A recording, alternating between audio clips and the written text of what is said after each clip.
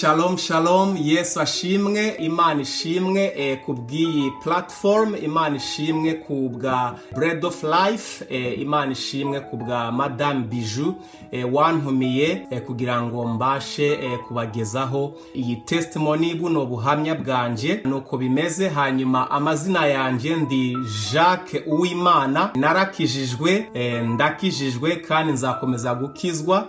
Uko bimeze nuko mu mwuka narakijijwe, hanyuma mu mutima ndakomeza gukizwa, hanyuma mu mubiri nzakizwa igihe Yesu azagaruka kutujyana, cyangwa mfuye nkava muri uyu mubiri nkava muri iyi si. Ariko Yesu nagaruka nzabona undi mubiri mushya, utigera usaza, utigera urwara, utigera upfa. Haleluya. Hanyuma mbabwire gato ukuntu nakuze. Nge navukiye ahantu hitwa Igitega mu Burundi, naho ababyeyi banje b'Abanyarwanda bambyariye, jewe hamwe nabo tuvukana bane. Navukiye mu muryango w'abahungu batanu, je nkaba ndi uwa kabiri. Naho twakuriye kugeza mfite imyaka 8. Hanyuma ico gihe ababyeyi baratandukana. Bamaze gutandukana rero nico gihe ubuzima butoroshe bwatangiriye.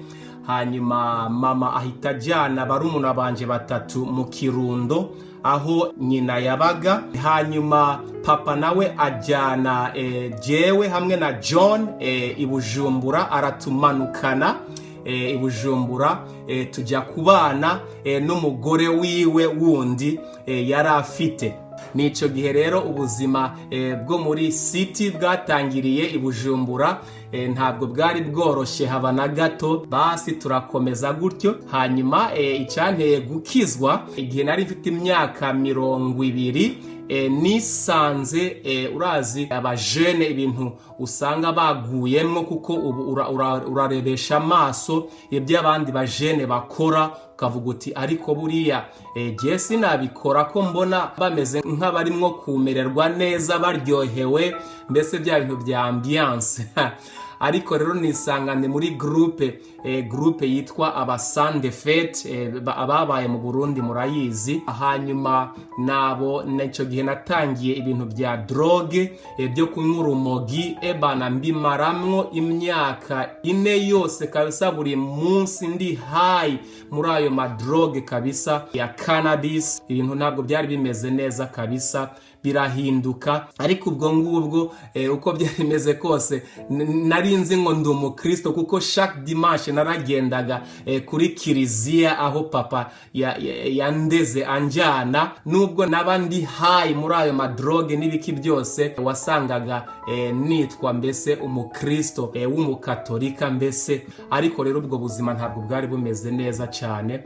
Basi rero cyanteye gukizwa nuko mukuru wanje John ico gihe yari yarakijijwe wewe, ambwira iby'agakiza bya Yesu. Nkavuga nti genda hariya John, ibyo bya Yesu ndabizi. Ariko jewe ntabwo namwumvaga kabisa, ariko nta ubizi, ubwo yaransengeraga. Basi rero ariko igihe kimwe uko byagenze, bana nahatswe gupfa kabisa. Ndibuka ibintu by'intambara byo mu Burundi niki, amasasu hariya no hino. Igihe kimwe narirutse kabisa, ndimwo guhunga. Bana ntabwo nababwira amadetaye yose, ariko rero gera mu rugo ndimwo guhemagurika. Ndahatswe kabisa, nari mfuye. Mpita nibuka yuko mukuru wanje John ajya ambwira ati upfuye ugapfira mu byaha, utarakizwa, utarihana, utarakira Yesu nk'umwami n'umukiza wawe, wahita ujya mu muriro pe. Ndabyumvira ndavuga nti kweri kabisa, buriya nari mfuye kandi nari guhita njya mu muriro. Ubwo bwoba rero bwo kujya mu muriro ntangira kwiyumvira, nkaravuga nti ariko rwose disi we, ariko Imana yaba ari Imana y'urukundo ikandeka nkajya mu muriro? Ibyo ntibibaho kabisa. Ndavuga nti Mana, nimba uri Imana kabisa y'urukundo, ngaho rero mfasha, umbuze mbese mpebe ndeke mpagarike ibi bintu by'urumogi, kuko byari byaramboshe. Bana papa yaragerageje, mukuru wanje John yaragerageje, bana inshuti n'ababanyi bose baragerageje, ati reka nyabwe ibyo bintu bizakwica. Byarananiye pe, ntabwo byashobokaga ko mbiheba. Ariko rero nuko basi rero ubwo bwoba bwo kuja mu muriro buntera kwiyumvira. Basi rero ndavuga nti Imana, nimba uri Imana koko uriho ukomeye, reka rero umfashe mbese mpebe ibi bintu by'urumogi kuko ndabona ari byo bimboshe. Basi rero ntabwo nari nzi ko Imana yanyumvise. Basi rero hashira umunsi umwe, iminsi ibiri, iminsi itatu, iminsi ine yose atarumogi mfashe. Iyo yari miracle. Nja gusanga rero kumba Imana yaranyumvise, simbizi uko yabikoze, ariko nsanga iminsi ine atarumogi mfata yari miracle kabisa. Basi rero ku munsi wa kane nico gihe nabaye invité, ndatumirwa n'umukobwa w'umubanyi ambwira ati tuje gusenga ahantu kwa David, ahantu kwijabe. Narumvaga amakuru yaho ko hari umuziki mwiza, nanjye narakundaga umuziki, hari abakobwa beza, nanjye narakundaga abakobwa. Basi ndavuga nti rwose tugende kabisa. Iyo mukobwa arantumira.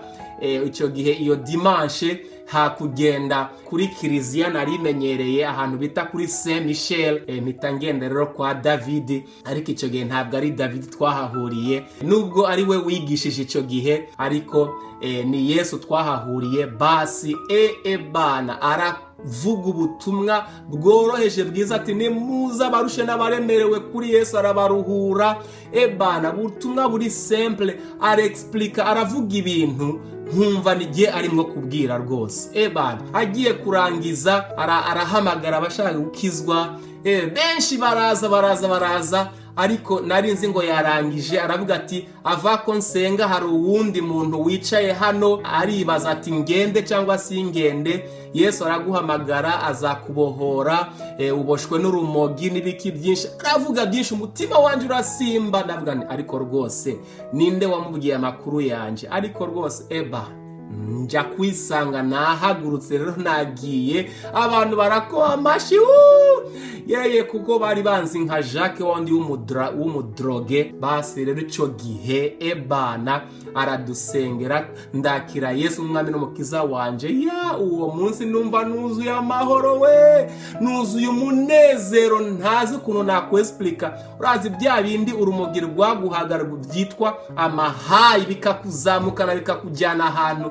Ariko uwo munsi nabonye amahayi yandi atigera asobanuka. Bana amahayi amwe y'ahantu handi ho hejuru rwose, numva umunezero, ibyishimo, amahoro.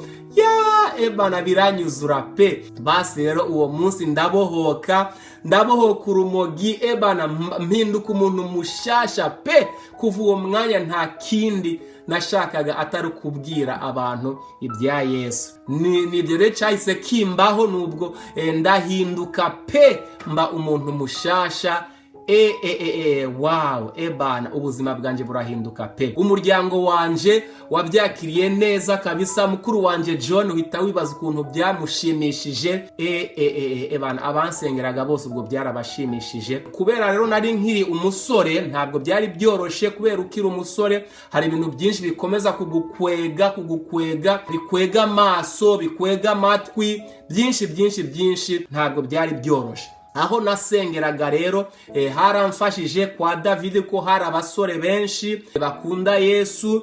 Nuko rero kuba ndi mu bandi bantu basenga tungana byaramfashije cyane. Nuko rero hanyuma biramfasha gukura. Hanyuma kuba muri church vraiment yahise ihinduka famille yanje, nyikuriramwo kabisa. Mbona inshuti nshasha, za nshuti zanje zindi twasangiraga urumogi mbanazisezeye. Nuko byagenze, ariko ntabwo nabasezeye kubera narajyaga kubabwira ibya Yesu, kubera urukundo rw'Imana ntabwo rwantumaga mbiguma na jenyine. Rifale ko njya kubabwira ibya Yesu, nubwo nabiziraga cyane kenshi, ariko ntabwo byambuzaga gukomeza njya kubabwira. Nuko rero byagenze. Hanyuma icyo nabwira umujene wese yaba ari muri ibyo bintu vraiment, bana nubwo amaso hari ibintu bigukwega ubona bisa neza, buriya iba ari imitego kabisa ya Satani. Nubwo biryohera umubiri bikaryohera kameremere, ariko buriya ntabwo ari byiza, ni uburozi, biba bishaka kukwica, nibyo Satani yaba ashaka kukwicisha kabisa. So umujene rero atarakizwa ifo kwakizwa kubera ntawuzi iby'ejo hazaza. Urabona nahatswe gupfa ntakijijwe, ubonye ejo haje ukaba uri muzima, ni ugushima Imana ibigutije uwo mwuka. Mujene rero atarakizwa ebara ni ugukizwa kabisa gukora ntawuzi iby'ejo. Ubu rero nirebye guhitamwo Yesu, mbese narataye umwanya? Oya kabisa, iyo ni decision ikomeye kabisa. Noneho sinange namuhisemwo, ni we wampisemwo. Yesu yarampisemwo this way, arantoranya ntarimuzi. Basi rero ariko kubana naramwemereye nkavuga nti yego nzagukurikira, iyo ni decision kabisa ntazigera nicuza kabisa ubuzima bwanje bwose. Ibintu bitatu rero Yesu yankoreye ntari kuzageraho iyo ntakizwa. Yarankijije, nta muntu numwe yakwikiza. Arambohora, nta muntu numwe yakwibohora. Iyo uboshwe ubukeneye undi akubohora. Arambatura kabisa, hanyuma ampa umugore mwiza n'abana. Ibyo kabisa nta handi nari kubikura atari muri Yesu wenyine. Hanyuma ijambo rigufi narangirizaho ryo gusengeraho riri muri Yohana igice ca mbere umurongo wa 12. Haravuga ngo, ariko abamwakiriye bose yabahaye ububasha bwo gucika abana b'Imana, nibo bizeye izina ryiwe, nibo batabyawe n'amaraso cyangwa n'ukwifuza k'umubiri cyangwa n'ukwifuza k'umugabo, ariko babyawe n'Imana. Haleluya! Ariko uzi kubyagwa n'Imana, kwitwa umwana w'Imana, iyo ni titre iruta amatitre yose abaho. Nuko rero bimeze. Yesu abaha umugisha. Mwakoze kumva ubuhamya bwanje. Yesu abarinde abana b'Imana bose aho muri hose. Hanyuma abatarakizwa mwese mukizwe vuba bidatebye kubera ntawuzi iby'ejo. Haleluya, amen. Shalom shalom. Yesu abagirire neza. Amen.